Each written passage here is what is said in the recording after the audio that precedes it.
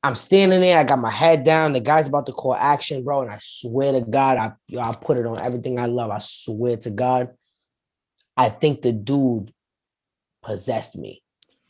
Like, yo, no, I'm serious. Like, I felt this feeling of like coming over me, and the emotion of the record, bro, was so crazy that like I'm just fucking crying. I'm just crying. I'm just spitting, and I'm feeling like everything this guy is feeling. Like I'm feeling the pain, bro. Man, who cares, bro? I'm just gonna look at you. This is my room's a mess. Welcome to the messy room. My name is Victor. No, my name is Jason, actually. And this guy's name is Victor right here. Yeah. I'm a little nervous today, you know. It's man. actually 1 year since we dropped our first episode of season 2 today. Yo, ladies and gentlemen, it's 1 year since we hopped on YouTube. It's been crazy. And there's no way to do it better than make the 1 year anniversary smooth with this guest. Oh man, ladies and gentlemen. Man, this is crazy. Week in, week out. When I tell you, we try to bring you the most amazing guests. Oh man, I'm telling you, ladies and gentlemen, we're shooting shots. We shoot shots, too. Man. I was like, man, yo, this dude is fresh, bro. This dude got the lyrics. He's the lyricist of lyricists, bro. He's a fucking beast. He's amazing. Got music that I fucking love. And I was just like, yo, man, I got nervous. I was like, yo, I'm just gonna DM him and see what happens. You and never then know what happens, bro. And then boom, yeah, he responded. Yo, I'm telling you, I kid you not, I was working, I was chilling. It was mad early. I look at my phone. I was like, yeah. Oh, yo, what the yo? Never been more hyped in my life. DM too, bro. I was like, yeah. Then I told Jason to check it. It was awesome, and it's an honor to have this man on. I'm telling you, this man is the runner-up of Rythmn and Flow, ladies and gentlemen. That show on Netflix, ladies and gentlemen. Oh man, that man was on the BET Cyphers. That man has been spitting for a long time. He has some amazing music that gets me and Jason deep into the feelings and or hypes you the fuck up. Exactly. He's just bar for bar nasty, ladies and gentlemen. And I got the almost honor of introducing my guy, Flawless. Real talk, bro. What's going on, bro? What's up, fellas? What's up? Messy room. What's good, bro? I'm here. What's up? Have you on, I hope I did you justice with that intro, bro. Yeah, man. I appreciate the love, man. I really appreciate the love. And you know, I try to always show love back to the up and comers that are doing their thing. Congratulations on the 1 year anniversary. That's big, man. Thank you, bro. You know, the hardest thing to do is keep going, bro. You know what I'm saying? So for you guys, continue to keep pushing forward every single day. And keep striving towards every little goal that you set. Don't worry about the big picture. You know what I'm saying? Focus on today. You just reached a milestone on 1 year. You got a dope guest on. And right now you're going to keep the momentum moving. You know what I'm saying? If I can help you guys, I got you. Get you some more dope guests. You know what I'm saying? And we'll just keep building, man, for sure. Messy room, baby. I appreciate that, bro. Yo, listen, man. I got, bro, I'm telling you, like, the story of how I got hip to was like crazy, bro. Because I want to know. Like 2016, 2017, something like that, along those lines. Like around that time, I was working at Home Depot. For some reason, dudes at Home Depot were like mad hip to music, bro. And I'm over here like telling them like, yo, you gotta listen to all this like fucking radio shit, right? And they're like, nah, bro, listen to this guy right here, bro. He got a song called Doctor, bro. And I was like, Doctor, bro. I listened to that shit. I was like, yo. That's some bars, bro. That's man. Yo, like, can you just like talk about a little bit like how, bro, that song like came about and like just like how that like kind of changed your life, bro? Yeah, man, it was crazy. I started independently touring like in 2010, just doing my own thing, building my label, you know what I mean? But I wasn't really like popping like that. I was just, you know, doing small crowds, you know, just building my name, you know what I'm saying? Okay. And I knew that continuing to just make new music, in Atlanta, when I was in Atlanta at the time, a lot of artists were pushing like one song. It was like, yo, you get a song, you get behind it, and you push this song, which I understood the concept of that, right? But for me, it was like I saw people like 3 years pushing the same song. I'm like, yo, that's not I got too much bars and everything. I gotta keep making music. So I know if I keep making music, instead of just worrying about this one song, something's gonna hit and I'm just gonna keep going, right? Yeah. So boom, I just keep making music. I create Doctor. Doctor comes out, we make the video for it. Now the song is out for an entire year, bro. You know what I mean? And nobody even hears the record. It's probably got like 2,000 views on YouTube. Wow. You know what I mean? And then one day on Facebook, like a blog, like a like an influencer like page. Oh, yeah. Just happened to like post it and was like, yo, this is dope. And I seen it. I'm like, that's dope. They shared my Doctor video. I wake up the next day, it's got like 6 million. You know what I mean? Wake up the next day, it's got overnight? Yeah, overnight. So wow. And then like my followers, I had like maybe like 20,000 like followers on Facebook. I woke up, I had like 150,000. So it started like just really like escalating for me at that moment of getting that notoriety, you know what I mean, with the song going viral. And that was like the moment for me where it kind of like all my hard work and kind of keeping my head down, it was like, that's the one that kind of is gonna get me to the next step. You know what I mean? Ooh. So, Doctor was kind of like, I call it my diving board in a sense. So like my platform where I was able to just leap off of that and continue. You know what I mean? Yeah. That going viral kind of like let everybody know I was here. You know what I mean? I'm here. This is the moment. It was so dope, man. It was so dope. I mean, the song is crazy because the way you do it is like, I know, bro. It's like it reminds me of, there's a Lil Wayne song where he's a doctor too. So it reminds me like when it starts like that, and then you go in and you start spitting the bars. And it's crazy because I didn't know about the Lil Wayne song until after somebody had commented like, oh, this is like Lil Wayne's thing, and Lil Wayne's is like teaching rappers like how to have swag, like I think it is something like that. So I'm glad it wasn't like the same exact like concept. You know what I mean? But I understood where everybody was coming from. And a lot of people like still ask me to this day, like if I continue the doc, like when Dr. 2's coming out, you know what I mean? But the craziest part is I'm a very creative artist. So I find ways to be like very creative, and people that follow my music and like really dive into my music will understand things. But like the Doctor story actually has been continued over 2 other records, you know what I mean? And in the videos, the Doctor story continues. So it's like right now we're on like part 4 of the Doctor story. Yeah, I hear you always saying Dr. Real. You always call yourself Dr. Real when you're talking about that, right? Yeah, absolutely. Nah, but that last verse in that track is crazy because you're talking about yourself and all your inspirations and everything, bro. Like, yo, like the 10% M and big L's delivery. Yeah, yo, that's crazy. And I could definitely see those influences. Like, I love how you got those storytelling songs, bro. Like you got the Angels, bro. You got you like the Angels? You guys like those? Are amazing. Those are amazing, bro. That one caught me off guard because I was listening in the shower. I think I was listening to it in the shower, and then I was listening, and it was like, the first song is he's talking about Derek, and then Derek Jr. And I was like, what the hell is going on? I was like, yo, like I start putting it together, and then that last track hits. And I was like, yo. And I had to run it back, bro. Yo, I was like, yo, because it catches you, it wraps it all up, and then it shows you, like, it's kind of like a happy ending type thing. Like, that's a crazy story. Yeah. We got a little mini movie coming out with all 3 parts, like, together, man. It's incredible. That's gonna be fire. It's gonna be crazy, yeah. A question I have, because, like, Doctor, you're here to save hip-hop, man. You're literally, like, you know what I mean? So, like, a question that, like, just comes to my head is, like, yo, how do you feel about, like, these gimmicky rappers that are like getting the notoriety like on the radio, and they're like I don't want to, especially now with TikTok, I don't want to name drop. It's like everybody wants to you know what's crazy, when I first like when it started really getting the attention, I was one of those bitter artists like, man, fuck that shit, you know what I mean, like that ain't real music, you know what I'm saying? And then I started to like, as I started to grow as an artist, I started to understand that there's a time and a place for everything, right? So those people that like that music aren't necessarily the people that listen to my music.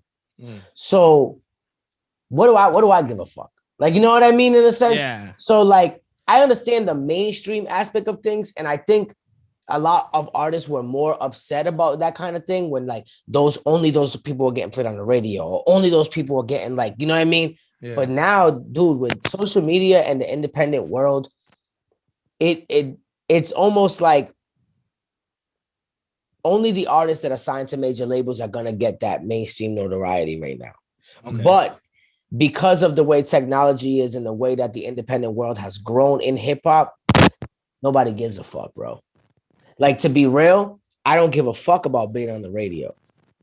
I don't care. You know why? Because back then, you would have to call up the radio station. Yeah. You would pray that they picked up, right? Mm-hmm. The thing about the radio and right now, you used to have to call up the DJ, right? So you hope he plays the record. Yo, can you play that new Flawless Monster? You hang up and you're sitting by the radio and they don't play it. And you're like, yo, what the fuck, bro? You know what I'm saying? Yeah. Now I go on Spotify and I play whatever the fuck I want, whenever I want. Yeah. That's the new radio. So I don't need somebody to play my music on the radio, but my fans can literally go directly and play my music all day long. If they want to only play me, they can only play me. That makes you know what sense, I mean? Yeah. So it's you're not as angry anymore as an independent artist like myself, who makes 100% of the revenue, who can easily take a label deal. You know what I mean? At any moment in time, that if I want to. Right now, it's just not the best situation for us. We just haven't gotten the right situation. I'm never against signing a major deal. It's just got to be the right situation. Right now, we're building a company. We're making revenue every single year. We're just like a business. You know what I mean? So for me, you know, I continue to grow. I continue to keep moving and touring and doing everything on my own. You can almost like Russ is a great example because for sure. He doesn't participate in the fuck shit and he's very successful. You know what I mean? Yeah. So he's independent right now at the perfect time in life. And I think he's one of the artists that have figured it out, like how to be independent, how to not really care about, you know, you want to be on the radio, cool. Radio costs money. If you're an independent artist and you have a record that you believe in and you want to put $50,000 in marketing on the radio, you can be played right after Drake. I can be played right after Drake. But back then you didn't know that business because it was just no internet. There was no information. So it's just like, yo, how come these dudes are getting played? Because they're paying, because they have the money, because they have the marketing dollars. Radio is marketing. Radio is advertising. Because they got probably record labels behind them. Yeah, I was gonna say, that's probably why people sign records to like absolutely to shoot like their absolutely. So when you sign a record deal, you sign a $300,000 record deal. You know what I mean? They're putting money behind you. They're giving you an advance. They're putting money into radio. That's when your album comes out. That's where all that recoup comes from. Like, hey, we have to recoup radio. We have to recoup touring. We have to. That's why they probably don't even make as much money, right? Because that's why the artists. That's why the artists don't make any money, because now they're negotiating bad deals. They're only making 15% of their money. And then the label's taking 85% and they're justifying it with their expenses. Yeah. So if you're a independent label like myself, I pay all the bills. I cut the checks. I know exactly what everything costs. There's nobody to screw. You know what I mean? There's nobody to rob. It's okay. It's all. Oh, what were you trying to say? No, yeah, it's all like it's all cut and dry, man. Everything in this world is about money. You know what I mean? You want a billboard? You guys want a billboard? Messy Room Podcast? You can have a billboard right next to Steve Harvey in Atlanta. You just gotta pay for it, bro. Yeah. That's it. I mean, that's one thing that I think that's crazy about this new world is, like you were saying, I seen you in an interview and you were like spitting, bro. You were like cutting it and like you were showing the game, bro. You were like, back in the day, it was you selling the CDs out the back of your car. And now you're like, you know, you're trying to sell this stuff in the streaming stuff and like that. So, you know, and you staying independent is crazy because now you get to make all the money yourself. But I feel like there's still a lot of struggle and, you know, the learning curve is kind of crazy as independent. So like, how has the journey been through all that time? You know, that's some struggle. Like, you know, we're kind of independent right now. We're just two dudes. Literally, we're just two dudes, right? Just talking all the time. And we're trying to grow. But it's like, sometimes we find out, I'm like, I don't even know what to do. So like, how do you get over that? So, like I said, the hardest thing to do is keep going, right? So I think for me is, I used to always be like, damn, I need a deal. I need to be a superstar, right? Yeah. And I used to be stressed the fuck out because when things aren't going well and you're looking at the big picture, you feel so far away from where you want to be. And then that's where you get frustrated, right? Yeah. But then I said, yo, I need to start thinking about now. Like, fuck all that. I just spent the last week being mad about it. Like, but I didn't do nothing about it. You know what I mean? So you have to keep your head down and worry, like, what are you going to do today to get to that next step? So now let's ask, what are you guys going to do today to get to that next step? Okay, we're going to book somebody that has a following and we're gonna create a good relationship with him. We're gonna get him to share the podcast. That's gonna bring us new listeners, and then we're gonna see if he got any friends that we could interview that have big followings too. So now, from your first season to your second season, you went from having, artists that you fuck with, that maybe they have some following that's cool, is great, to having a lot, like 5 or 6 big time artists. So your season 1 and season 2 is night and day. Yeah. You're already doing the necessary steps to get to that next step. Now, with season 2 and having those notable artists, your views are up. Yeah, for Your sure. money's coming in. Now, instead of like $100, you guys are making $1,000. You take 300 or 400 of that 1,000 and you put it into IG marketing. Now you throw it into IG marketing. Now, next thing you know, you wake up with 500 new followers that know me. So now they go check out the podcast. Now the podcast is recycling the money. And then with my interview, you reach out to somebody who was in my cipher and say, yo, we just did Flawless. Boom, we just did Flawless. Check it out. Now they see you're already interviewing big people. They say, all right, if I fuck with them, boom. Now your ladder is continuously growing, your money's continuously growing, and you're continuously cycling into the growth. Facts. That's what you got to do. Yeah. You know what I mean? But It's it's like a got to cycle. be an everyday process. Like you can't be like, damn, like we don't got a million fucking subscribers. Like, let's get to 1,000. You know what I'm saying? Let's get to 2,000. Let's get to 10,000. Yeah. Then you get to 10,000, you could use the YouTube studio. YouTube starts opening up different features for you. Once you start getting some subscribers, YouTube start calling, you know what I mean? Yeah. Start helping, Is that true? Is that true? No, that's honestly, facts. You're up there, yeah. Yeah, that's real facts. Wow. You know what I mean? You get to 100,000 subscribers, which I'm literally about to hit. I seen that. Yeah. Yeah, I didn't really grow the YouTube that crazy, but I'm on it now. Trust me. Yeah, no, I see So, it. You're you know, like making now- videos for yourself. and Now, everything, too. 100K, you know what I'm saying? Get there, that opens up more features. So like, it really is. You have to take the steps, bro. It's the grind, like, bro. It's the grind. there's no elevator, my dudes. Yeah. Like, Yo. you have to take the staircase. Like, however level you want to get to, that's how many stairs you're gonna have to climb. You know what I'm saying? I'm still climbing. I'm still climbing every single day, dude. When I did my first, when I left, I went 2010. I don't even remember. I'm fucking 18 years old. I'm like doing shows. I'm killing my whole city, bro. I'm taking over. And respect to those people that supported me from the beginning. But I was like, damn, yo, it's the same bitches. It's the same dudes. I'm gonna be 40 and I'm gonna be performing for these 300 people if I don't get the fuck out of here. So I packed all my shit and I was like, I'm going to Atlanta. At this time, Atlanta was snap your fingers, do your step, right? But it was becoming like the mecca of music. So I said, I'm either gonna go down there and they're gonna be like, take your ass back to New York, or I'm gonna be so different that I'm gonna fuck everybody up. And that's what happened. I started winning every competition. I started winning all the stuff. Like, and then I was like, all right, boom, I'm here. I'm winning competitions. They gave me like a big opening. I won this competition to open up for Ludacris and Phillips Arena. Yeah. 20,000 people, bro. I was doing 300 people 2 months before that. You know what I mean? Yeah. Wow. So now that's a milestone.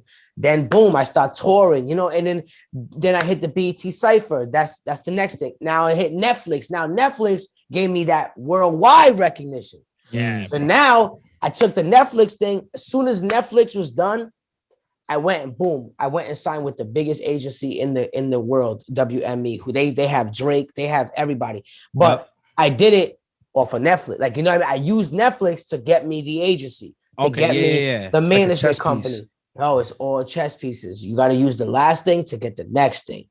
You feel me? Oh, that makes sense, bro. You have to. That's you crazy. have to utilize this. You shot your shot, 100 DMs. You DM 100 celebrities. I live by a 10% ratio. If you DM 100 celebrities, 10 of them are going to hit you back. 10. If you DM 10, 1.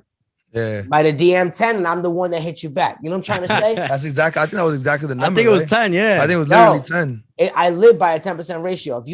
I have 700,000 followers. Instagram will let me get 70,000 views and then shut me down before I put money behind the post. It's a 10% algorithm. Yeah.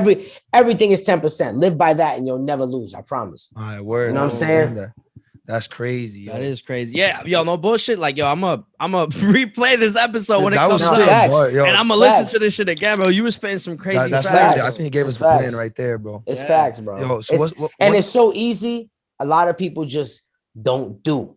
Yeah. And I think a lot of people plan and think, and like it seems like so much work that they never actually do it. But it's not. You just have to start. Yeah. You have to start. Like you have to start stepping. Yeah, you have to start somewhere. You know what I'm saying? That's crazy. One thing that you said that really hit me, right? You were saying that you were 18 when you moved to Atlanta, right? 2010. And at that time, you already had a kid, right? Yeah. You had your first kid at 15, right? And my dad, so, you know, I'm 22 right now. I'm still young. I'm trying to plan for my future. Obviously, Man, you're only 29. You're still young too, bro. You got so much time, bro. Yeah, bro. We still got time to go, right? And I be telling him, I'm like, yo, I'm trying to invest in myself, start a business, this and that. He's like, yo, you're lucky because you're young and you get to do this right now. You know, me now with kids, it's tough because now I'm not just taking care of myself, I'm taking care of you too, right? And he says that he kind of uses that as like an excuse to like stay in his box, you know, stay going to his 9 to 5, you know, stuff like that. It like keeps him secure. But you were 15 already with a kid and you took that risk, dipped to Atlanta and we're like, yo, I'm gonna be an artist no matter what. I took my kid with me too. Yeah, and you brought your kid with you. So like, did that ever go into the decision? Like, yo, am I making the wrong decision? Like, how did that affect you? I mean, you know what? I said, you know, it's great that you said that because I actually thought about this. I thought about this the other day because I'm older now and I plan so much more. You know what I mean? And I think like where you are right now in your life, bro, you have a certain like, I don't give a fuck in you that you're not going to have when you're 29. I promise. You're going to give a fuck. So I thank God that I was like, I'll figure it out. Fuck it. Like, That's because really bro, because it was insanity. Like, it was insanity. It was like, you're going to what? And yo, everybody told me I was fucking nuts. And I think that drove me more because I refused to go home and with my head down. Like, I'm not going. You think I'm going to go back home after everybody just told me I was going to fucking fail? Yeah. All right. Bro, it was a struggle. I starved a lot of days. Like, it was a struggle, bro. But winning those competitions and getting through it and like, regardless of how hard it got in life, when I stepped on that stage, I never, there was nothing in this world that made me feel like I was wrong because I was always right. Dude, I was always right. There was not one time where I went out there and I didn't kill it. Like, and I hate to sound like that, but like, I rarely had bad performances in my career because I always felt like I had something to prove. Coming from the smallest state in the country, coming from a place where nobody really dreams, nobody really has aspirations. So hearing that I'm going to move to Atlanta is a fucking nut job. Like, you're crazy. And you're taking your kid. Are you fucking crazy? And I was like, yeah, and I'm going to fucking do it. And I didn't come back until I was already touring. I didn't come back until motherfuckers couldn't say nothing to me other than, yo, you did it. Like, straight up. I didn't want to see nobody, bro. I didn't want to see no family, nobody until when I woke up in that bitch, they was like, oh, yeah, he was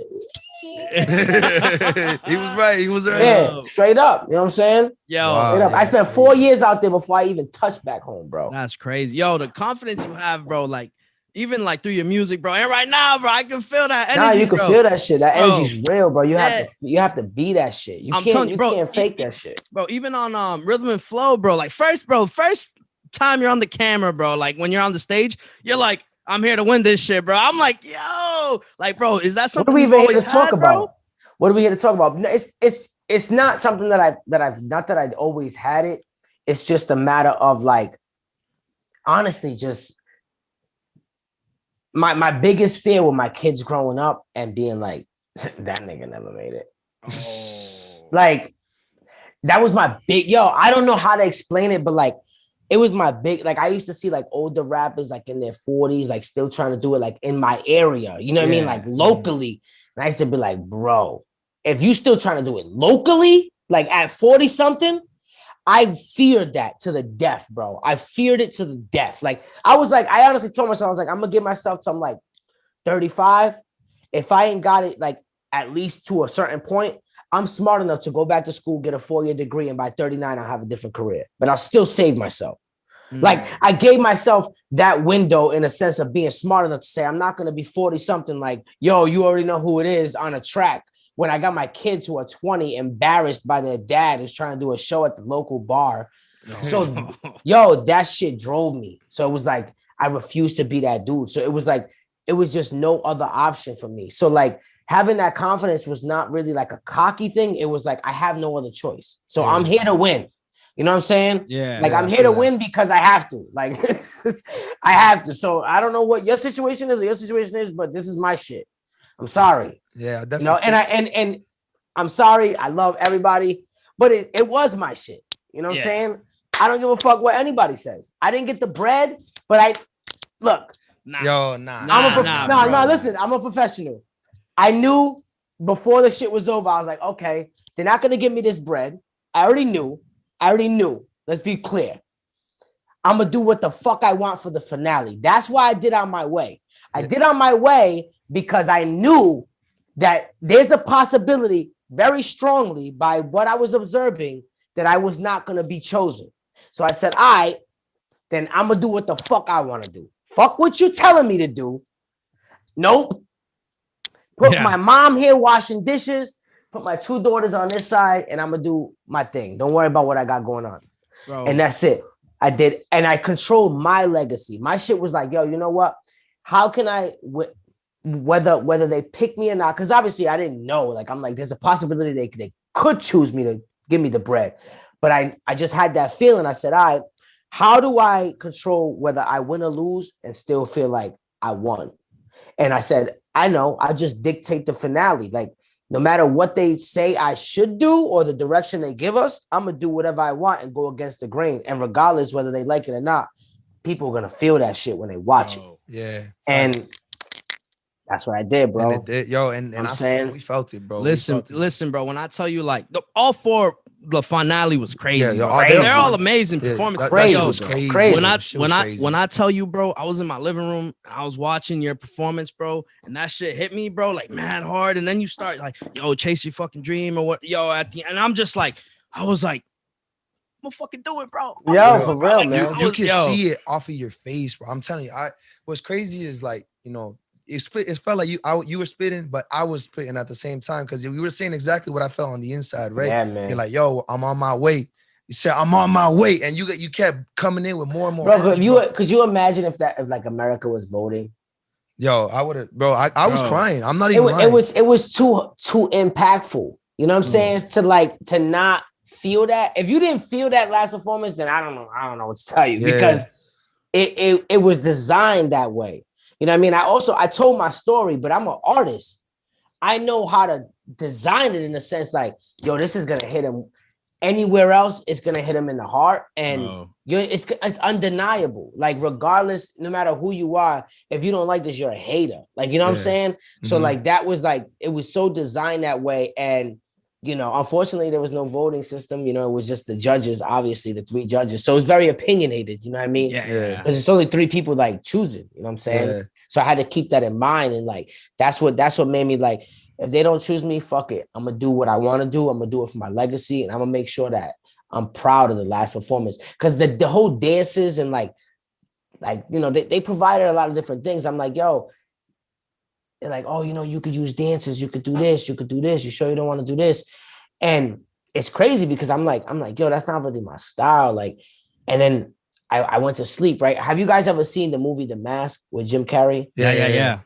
All right, well, there's a part in The Mask where he's in the club and he got the mask on and he's dancing with the girl and he got like the go-go dances with him and shit. I don't know. Yeah. It's a crazy scene, right? But I had a dream that I was like on stage doing that shit. Like the go-go dances, like looking ridiculous, bro. You know what I mean? Like before the performance. Yeah, the night before, bro. So the night before we actually like made our record. It was the night of they were giving us our like challenges. Like, all right, you made it, you're safe. Okay, your next challenge is this. So the next day we were like having to do the challenge and perform it. Like it was like 1 day notice. You know what I'm saying? So that night I fell asleep. Boom. I had that dream. I woke up and I was like, there's no way I'm using fucking dancing. There's no way.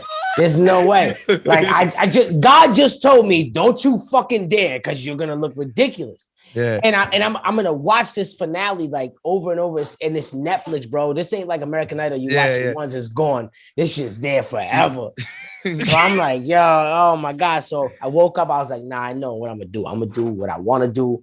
And that's it. Like, regardless of how it ends up turning out, you know what I'm saying? But I'm proud of it, man. I'm very proud of it for sure. Yo, you should be, man. I'm telling you, bro, that shit was amazing. Like, bro, that shit inspired me to like fucking, I was like, yo, I could be the greatest podcast host ever alongside my boy. You know what I mean? Like that shit, like, bro, I felt like I was in the gym, bro. You know, when you pick up some heavy ass weight, that's how I felt, man. Bro. For sure. I definitely felt that when you were like, they were like telling you what to do, where to step and whatever, and you were like, nah, it doesn't matter where I step. When I get on the stage, it's just gonna come out and it's gonna be whatever. Yeah, bro. Yeah, and that's real shit. Like, they were trying to choreograph my performance, and I'm like, yo, I don't need you to tell me where to go. As soon as I step on this bitch, the emotion's gonna take over. Don't worry about what I gotta do. Yeah. But what I'm gonna say is gonna take care of everything. Facts, bro. And like, they don't know me like that, right? So they don't know about me and my music and my journey, bro. So like, they're kind of like, the fuck's this kid talking about? Like, no, you need to choreograph. And I'm like, no, I don't.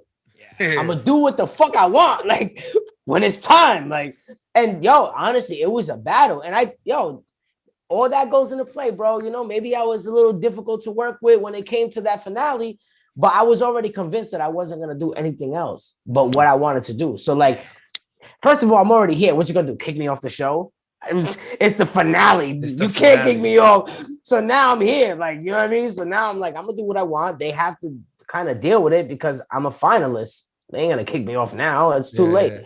So it worked. You know, that shit's crazy. I think what that is just like production teams. They're thinking about like lights and cameras, and they're thinking about the views. Yeah, because and they're also not knowing the experience of us. Like I told the producer, you know, like when the show was over, like, you know, he's a good friend of mine. He's like, you know, once the show was over, he's like, yo, man, like, what could we have done better, you know, from this and that? And I'm like, yo, like, you're lucky that you found these seasoned artists, because I'm seasoned, bro.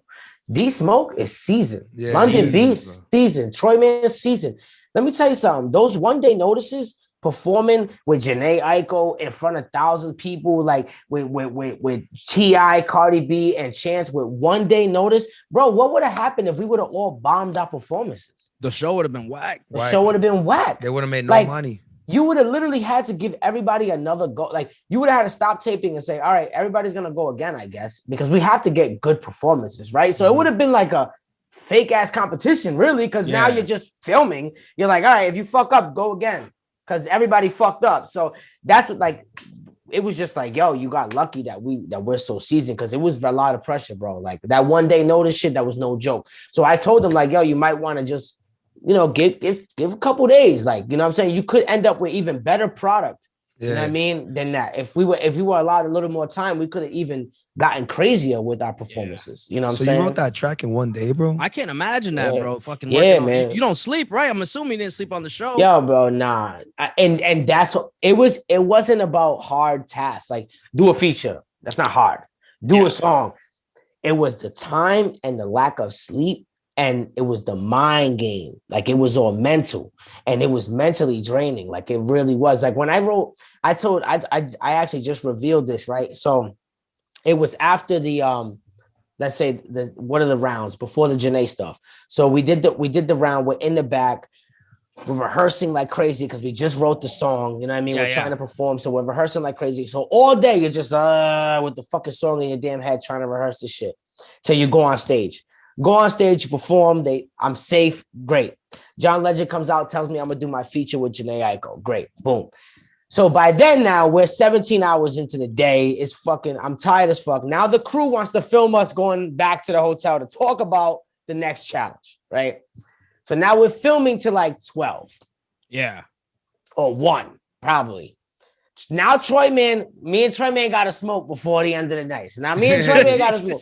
So now Troy Man wants to smoke at the end of the night. So he's like, oh, we got to go smoke. So now we're outside fucking smoking and complaining about the show, right? Till fucking 3 o'clock. So now it's 3 o'clock. So now the lady, me and Smoke were complaining. We're like, yo, you guys are filming us. You're not giving us no time to fucking do our verses and shit. And we got to rehearse with the band in the morning. Like, it's rehearsals in the morning, bro, for the next challenge. That's crazy, bro. So she's like, oh, don't worry about it. It's just you and the band. You just have to write it. You don't have to memorize it because it's just you and the band. Jhene's not going to be there. So I'm like, I don't fucking trust this lady. I don't fucking trust this lady. So I'm going in the room. I'm writing the verse with Jhene. Bro, I'm literally so tired that I'm trying to be sexy in the verse, and I'm literally like, legs going to, what are her legs doing? I'm fucking tired. I fall asleep.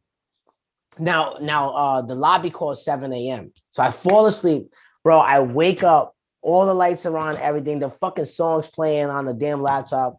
I'm like 4 bars in, and it's like 6 a.m. I'm like, oh shit. So now I'm writing the verse. I'm trying to get the verse. I'm half like zombied out because you don't sleep. I just woke up out of nowhere. So now I'm trying to like memorize it. Boom, I'm writing it. Boom. I go down to the lobby. I'm in the shower spitting this shit. Like it's just nonstop. Then we're going with the band. I do the verse one time. Thank God I get through it. Jhene walks right in as soon as I do the first one. The lady just told us last night that Jhene wasn't gonna be there. She's like, Jhene walks in. She's like, oh, I can't wait to see. Let me see what you got. I'm like, yo, imagine if I would have listened to this lady. I would have looked like a damn fool in front of this girl. Like, you know what I'm saying? And she would have been like, oh, this kid don't even know what he's doing. Like, I don't know. But the fact that I was prepared, like she was into it. She, you know what I mean? She was like, oh, he's ready. Like, da da da. But yo, man, like it was just that type of stuff. Like, that's just one round. Like, you know what I mean? It was constantly like that, you know, especially like for the battles too. Like when the battle with Beans was like the most stressful thing I've ever gone through in my life, bro. Like it was crazy. And I liked Beans. Like Beans was such a cool person. And we was really like kicking it. I felt like she had a lot of talent. And then I had to battle her. And it was. They did the switcheroo on you, bro. Real, you were supposed to face Caleb. I think the dude who came in fifth, Caleb, right? Yeah, Caleb. Caleb, yeah. Caleb actually that was God because Caleb ended up coming in fifth, right? But he would have lost right there. So yeah, God was like, yo, let me hook my man up real quick. Switch. He's supposed to be fifth. Damn, bro, that's crazy. Yo, what does Jhene smell like, bro? Bro. Roses, bro. Just man. Yo, that had to be a crazy experience, bro. To hear Jhene, I would have been like, I was souped. I got her. Like I was like, yo, yeah, that's crazy, bro. I honestly like after looking at the whole like bunch of features, like I was like, I'm so like I would have chose her anyway. So it was beautiful, you know. Yeah. Because the thing is too, the competition, like they didn't know I could do like female music. So like they saw me being mad aggressive. But you have music like that already. You know I mean? Yeah, but they don't know that. They don't study you. They don't study you when you're on. Maybe, but they was like, let's give. He's gonna fuck this up. Let's give this to him. If you watch close, they were trying to get rid of me the whole time. I know, low key, the lady not telling you that you're gonna practice with Jhene Aiko, bro. Low key, they was like, yo, you know, it's because you were nice, bro. I'm telling you, you're mad consistent with it, bro. And they're probably you like, come up crazy, bro. Yeah. Like that shit with Beans, you literally were like, I'm telling you, it was the hyping up. You were just like about to kick her ass or some shit, bro. Cause yo, it was, you know what? It was just like such. Yo, I cried heavy after that battle, bro. A lot of people don't know that. Like I dead ass cried because I felt bad that I had to kill someone else's shit to move on. Because like when you go into a competition, it's you against yourself. You know what I mean? Like I got to make sure I don't fuck up and hope they choose me. But I don't have to fuck it up for nobody else. If they fuck it up, that's on them. But in this instance, I got to take you out in order for me to keep going. And if it was, if it was Caleb or Sam or like anybody else, I wouldn't have gave a fuck. I'd have been like, bye, peace. But because I really like grew a liking into Beans. Like we're already like 2 weeks in LA, like spending 20 hours a day together. And I fucked with Beans. Like she was like one of the only like realest ones there. So I was like, yo, I fuck with this shit. She's a lot similar to you, I feel. Yeah. So it was tough to deal with. Like, I'm not gonna lose. I'm not going home. Like I said, I got no choice. But damn, like, so I'm gonna have to really do this to this girl, even though I fuck with her so much. You know what I'm saying? Because she wasn't gonna beat. Like, there was nothing that was ever gonna happen I was gonna lose. So like, and I come from that culture. Like, I'm a aggressive rapper. So like that's my if the whole competition was battle rap, it would have been a rap for everybody. You attack beats for no reason. Like you got that song, I think it's called Bodies, where you were like, the first bar is like, I stack bodies on bodies, I call that bodybuilding. I was like, it's like the first bar. I was like, yo, chill, the song just started, the bro. song just got on, bro. Like, let me get a breather, bro. Yeah, yo, for real, bro. Yeah, honestly, bro, all of your music is fucking crazy. Like you got a whole catalog of music all over the place. You got the club bangers, bro. You got the radio hits. You got the stories. You got shit that'll hype you the fuck up. You got shit that'll have you thinking, or even stuff that'll make you cry, bro. Yeah, facts. Like man. Yo, what's your favorite type to make? Cause you make so much different shit. Like you got a favorite? I take pride in like making a lot of different stuff. Like a lot of people like, you know, they do one style. And I thought about that. Like I was like, damn, you know what? Like when I started listening to certain people like NF, he got like one style. Like, you know what I'm saying? Like it's that, like, you know what I'm saying? And I'm like, damn, should I do one style? And I was like, should I? Like, I feel like people get an identity like that. But then I started thinking about it. I'm like, nah, I take, like, fuck it. I'm a unicorn. Like, fuck it. I do everything. You know what I'm saying? Like, I like storytelling, man. I love the Angel series. I like telling stories over like in a way that's just like, you know, it makes you really like dive into the shit. Like, you know what I mean? So like, for me, the storytelling is the best. I like the punchline shit too, you know, the aggressive rap, but I like the storytelling stuff the most. And like the motivational stuff I enjoy because it's like, for me, it's simple to make because it's really just my thoughts. Like, yo, just go and get it type shit. Like, you know what I mean? The monster type records. Like, I love those type of records, you know? So, but the storytelling for me is like number one, bro. Number one. I'm telling you, you're a beast. You're amazing. One song, like me and Jason, like agreed. And we were like, damn, that's an amazing, like, bro, like the perspective is just crazy. It's Land of the Free, bro. Like, bro, that shit is deep. That shit hit, bro. That shit was like shit different, bro. That shit different, bro. Especially with the video too, bro. What's crazy is I was listening to the like to all the shit that was going on like in Central America and shit. Yeah. And I saw the article of the guy drowning like with his kid and shit. And I'm like, damn, like, you know, we see stuff, we're scrolling, right? And like we say, like, damn, it's fucked up. And then like you move on, right? Like, let's just be real, right? But for me, like, when I'm reading the shit, the dude's name was my name. Alberto? Yeah, like his name was the same first and last name as me. Alberto Martinez, like on the damn, bro. We were just gonna don't throw my shit out there. I'll edit that out. I'm sorry, bro. I'm sorry. I'm obviously not saying it. No, I'm just kidding. I'll edit that shit out. Don't worry, I'm in charge. I'll edit that shit out. Nah, it's everywhere, bro. It's not something I try to like hide or nothing. But yeah, so I just busted your balls. But I'm sorry. I'm nervous now. Yo, you got me nervous. I'm sweating now, bro. You got him shook. Chill. I'm sweating. Yo. Oh man. Oh, shit. Chill. Yo, so the dude had This is not the right time to laugh when we're talking about this shit too. I know. So all right, so get serious. All right, so yo, man. Yo, I'm good. Put your glasses back on. Come on. All right. All right, let's go.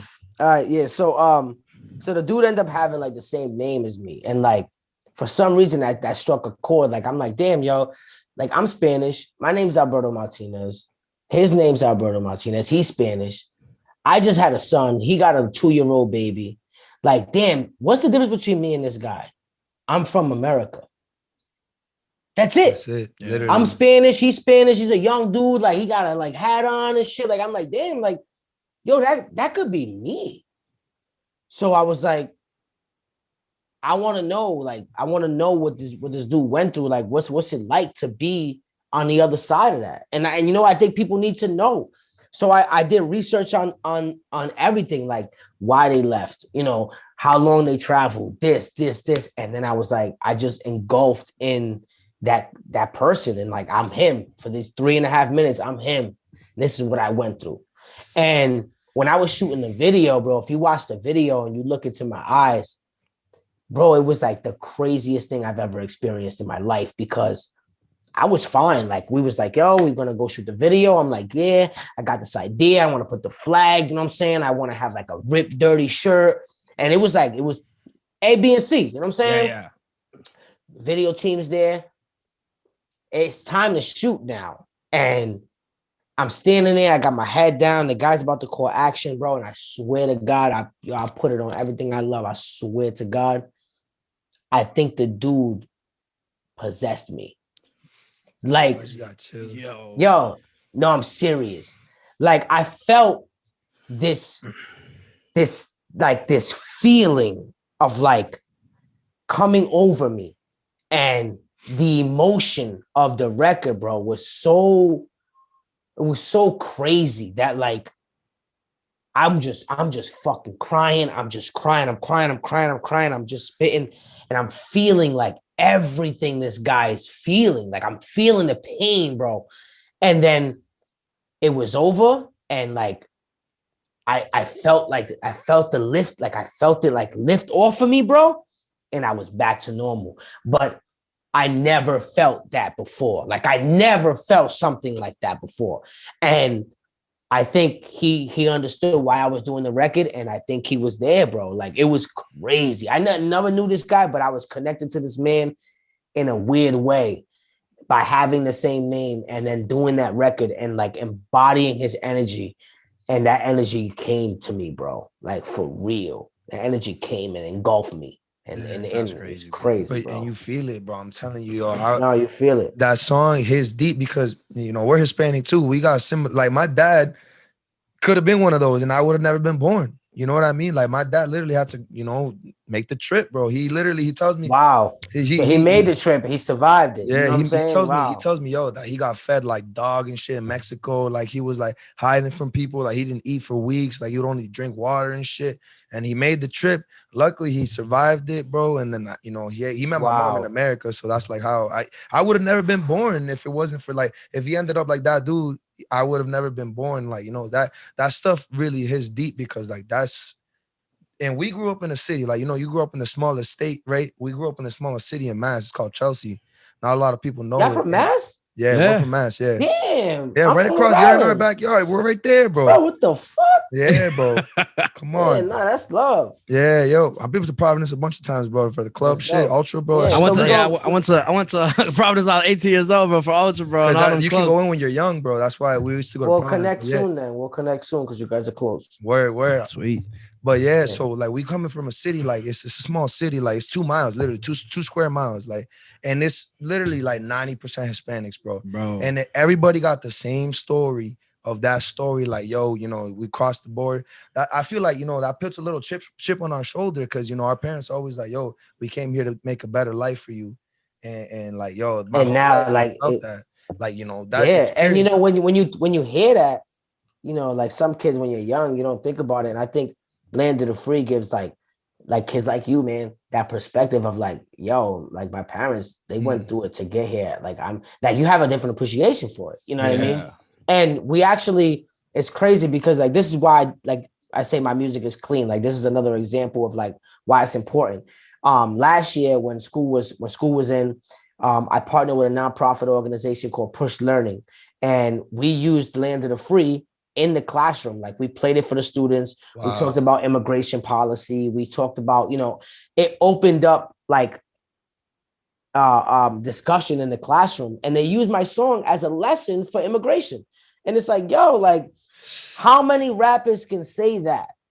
You know what I'm saying? Like, yo, they're using my music in the school right now. That's amazing, bro. They're using your music in school. Like, my shit just teaching about immigration policies. Like, what? Yeah. Damn. You know, so like it's crazy, man. It's just crazy. But I appreciate that, man. I really do. That one right there is special to me because of how it came about. You know, I'm like, I gotta tell this dude's story. I gotta engulf. And then, like I said, the experience doing the video, and just it was just different for me, bro. And that's why it's my favorite. That's why storytelling is my favorite part, because like when I dive into a project like that and I bring it to life, like there's nothing realer than that, bro. You know what I'm saying? Especially these two stories. Like I got a song called "Take Me Away" too about a girl. Bro, you know what I'm saying? Bro, that Yeah, man. Bro, Yeah, that's a true story, bro. You know what I'm saying? no, I thought That's it a was real fake, story, bro. No, That's that's a crazy. real story, bro. So she was sending you emails and stuff. She wasn't sending them to me, but I engulfed the body of the artist that it was happening to. So see, I don't, if it doesn't necessarily happen directly to me, I still want to tell the story. So I'll embody that person and live through those experiences, bro, and like find a way to tell it through me. You know what I mean? Yo, bro, I'm telling you, we bro. were literally having a conversation. Oh my god, yo. That song, bro. So like I was listening to all your music, bro, just to like, you know, studying or whatever. And then that song came on, bro. Dude, I was like in my room by myself and I was just like, yo. And then like some big ass teardrops start falling, bro. And I'm just like, yo, that I was like, this dude's fucking nice, bro. And I start thinking like, yo, and I'm gonna talk to this dude, bro. And he's such a fucking beast, bro. Yeah. I I was like, that, man, I'm not gonna tell this dude I'm crying and shit, bro. And you know what I mean? But nah, you got to, bro. If anybody has never heard the song's called "Take Me Away," and it's basically about a 15-year-old girl. Her name's Kelly. In the song, I don't know. And you know, she had a mom, and her mom had a boyfriend, and the boyfriend was taking advantage of her over the night. Yeah, it's a song about sexual abuse, and it brings sexual abuse awareness. And that's what I'm saying, like sexual abuse awareness. You know, we're talking about immigration policies. You know what I mean? Like even the angel. You know, the angel is a child trafficking story. You know what I mean? About how children can easily end up into trafficking and get, you know what I mean, get pimped out by a grown ass man who you know who can what they can come across in the street if they're not really raised right. You know, raised correctly. And it's just so many lessons in the music, man. And that's why shout out, rest in peace to DMX, man. That was my biggest influence when it came to the stories, man, because he taught me so many lessons in the music. I was like, yo, when I do music, it could be the dopest record, but there's always gonna be a message behind why I did the record. Like, why any song you hear, bro, like obviously a post from the turn up ones, a couple, you know, that I had that I turn up. But like, yo, every song has a purpose, man, for real. For real. Crazy. Like that, we were honestly talking like right before. I don't know why we were talking about that out of nowhere, but me right before we had this, you hopped on, we were talking about how like literally, like, you know, obviously that's stuff that, you know, if you're somebody that's been abused by like sexually like that, it's kind of hard to talk about. But like, you know, sometimes people get comfortable enough to talk to you about that shit, and like literally, bro, like I'd probably say like 5 girls have been easily like, you know, like I've gone to the point where they feel comfortable enough to talk about, like, I feel like they should be able to talk about that. And literally the 5 girls I feel are comfortable enough to say stuff like that have been sexually abused. Like literally 5 out of 5 girls that I feel like could, you know, would feel comfortable have been going through that. And like, that shit's crazy that we live in a world like that to me. Like, I was there like crying to this dude right before the show. Like I was like, yo, like that was the first story record that I made that was like, had a message, right? And I made the record, we put it out, you know what I'm saying? Bro, the emails I got from girls, it was like the messages, the Facebook messages, the you know, Instagram messages. It was so much, bro, that I got into it, like I got depressed. Like I was like, I can't do this. Like I can't do this. I can't take all this pain. Like it was so many girls like coming to me like with their stories, and obviously I have to read and respond because I'm not just gonna leave them in the wind. I'm talking about thousands, bro. It was so fucking disheartening. Like, yo, this is how many people this has happened to. Like, it was crazy, and it really made me depressed, bro. I had to step away from Take Me Away for a while after it came out. Like, I need to just like forget I made this record because it's too much to bear. It was a lot, man. It was a lot. A lot of responsibility comes with doing shit like that, man. Yeah, especially everybody's got a woman or in their life. Everyone, bro. Your mom, you got daughters, bro, sisters, cousins, whatever. And like, just think like, yo, you see women every single day, and they gotta go through stuff like that. They know they probably got tons of friends that have gone through stuff like that. Yeah, like, yo, I don't know what it is, bro, but that shit's gotta stop. I hate that. Yeah, it's crazy, man. It's crazy. But that's why we use the music, man. We use the music to try to send these messages and just give, you know, a little girl can hear this, you know what I mean, and see how this, you know, not to trust everybody. You know what I mean? I know that somebody was listening to my music, a little girl, she was at the show and she was like, I like your song Take Me Away because it taught me like not to be so friendly with everybody. I'm like, whatever, however it converts, great. The next guy that offers this little girl candy in the street, she's gonna be like, hell no. Facts. You know what I'm saying? And if my song was able to make her more alert about shit like that, then I'm with it. You know what I'm saying? And I was gonna say, this is what like pissed me off about like the whole aspect of like the industry is that they're not pushing this kind of music, these type of lessons, these type of stories. So then, you know what I mean? Like this is we try to be as real as possible on this podcast. You know what I mean? And you come as real as possible in your music. Real talk. So then when that's not all, like, you know what I mean? When you're like in the whip or like wherever the fuck you are in the mall or whatever, and that's not what they're playing, it's like, it pisses me off. I'm like, what the fuck is this? Yeah, all you hear is like Perks, fucking Molly, you know. You know what I mean? Like, I get the marketing of it, but it's still like, I feel like it, like the realness should always shine, bro. Yeah, and that's really on to the gatekeepers. You know what I'm saying? Like, you know, when it comes to the labels and stuff right now, you have to understand that the more intelligent you are, the less they want to fuck with you. They can't take advantage of you. Because they can't take advantage of you.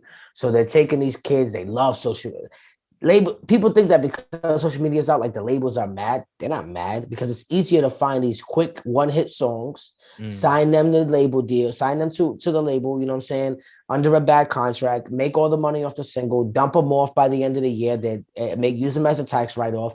If you have 20 artists that you do that to, they're never paying taxes. So to them, it's a quick flip opposed to somebody like me who they have to meet with. I want royalties. I want to keep my publishing. They're like, this kid's a headache. I don't want him in this office. We don't want to deal with this kid because he's going to want too much. He wants this. He wants that. And when we could just sign little fucking Snoop Pop over here, give him a chain and 100,000, and he's got the new hot single that's popping right now. We just push that. We make the bread off that. He'll be going in 6 months, and we write him off at the end of the year. Why we want to fuck with Flawless for? Yeah. Fuck that. Let him go. All right, cool. Let him go over there. You know what I'm saying? Damn, that's crazy. So it's already time. Oh yeah, it's already time. Yeah, man. Damn, I'm so sorry, guys. I wish I had more time to talk to you, man. Listen, man. I wish we had more time, but it's all good, bro. We could do a part 2. You know, that's what I was gonna say. We gotta do a part 2, bro. Definitely, bro. It's been an honor having you on, man. This conversation went all around the world, bro. Like a messy room, life is all over the place. So we talk about anything and everything. There's some crazy shit. Yeah, for sure, man. For sure. Let the people know where they can follow you, Flawless, bro. Yeah, you can follow me at FlawlessRI on all social media platforms, flawlessri.com. You already know, man. Glad to be here. Thank you, guys. Messy Room Podcast. I appreciate y'all, man. We definitely gonna have a part 2 for sure. We got to, bro. We got to. Yeah. Definitely. All right, so it's time for the messy moment. Messy moment. Messy moment. Messy moment.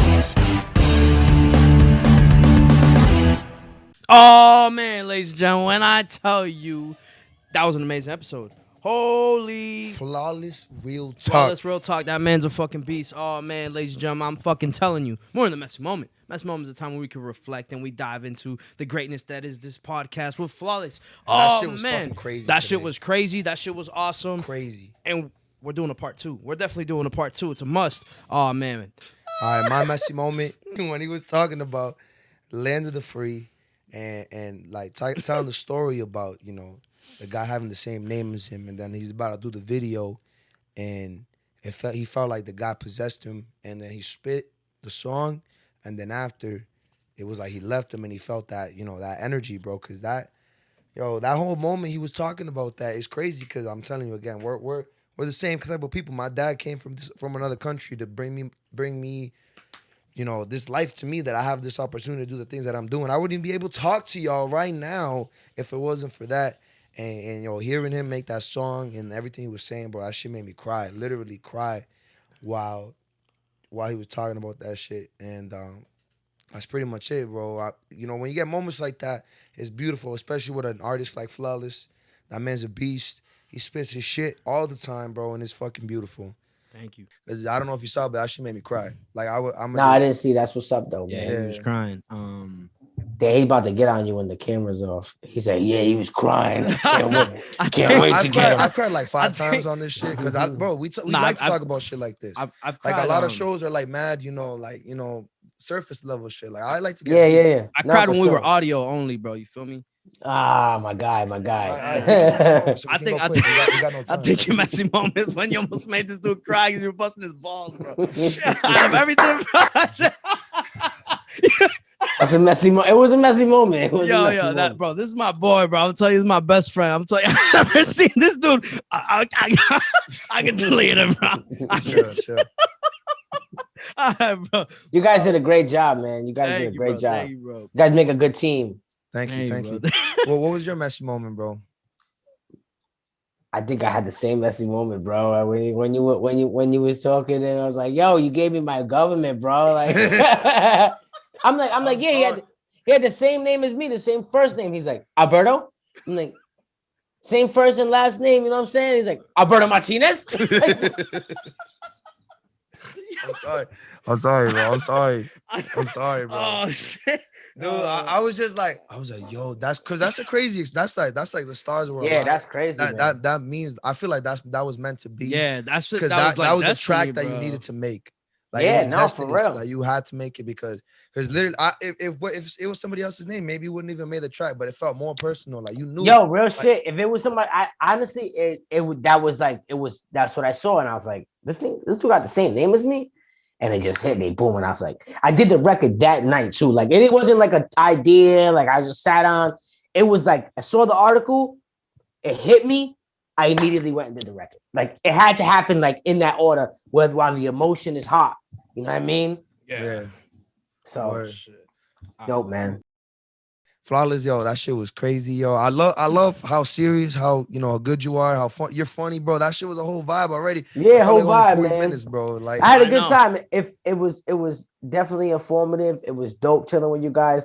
I feel like I know you have longer episodes, and I didn't know how long your episodes are usually. You know what I'm saying? So now that I'm more accustomed, I will set more time aside for part 2, man, and we will get it in. We'll get it in, and we'll talk about like everything. You know what I'm saying? Coronavirus. The list of questions. I want to talk about like your writing creative process. I want to dive Yeah, for sure, man. For sure. Man. We can do all that. Bro. Appreciate you, man. It's been an honor having you on. Ladies and gentlemen, it's the saddest time of the show. It's the time where Jason starts crying again. It's time to say goodbye. And check you later. Peace out, man. Much love. Hey. Check y'all, bro. Yo, appreciate you, bro. Yo, appreciate y'all, man. Much love to you guys.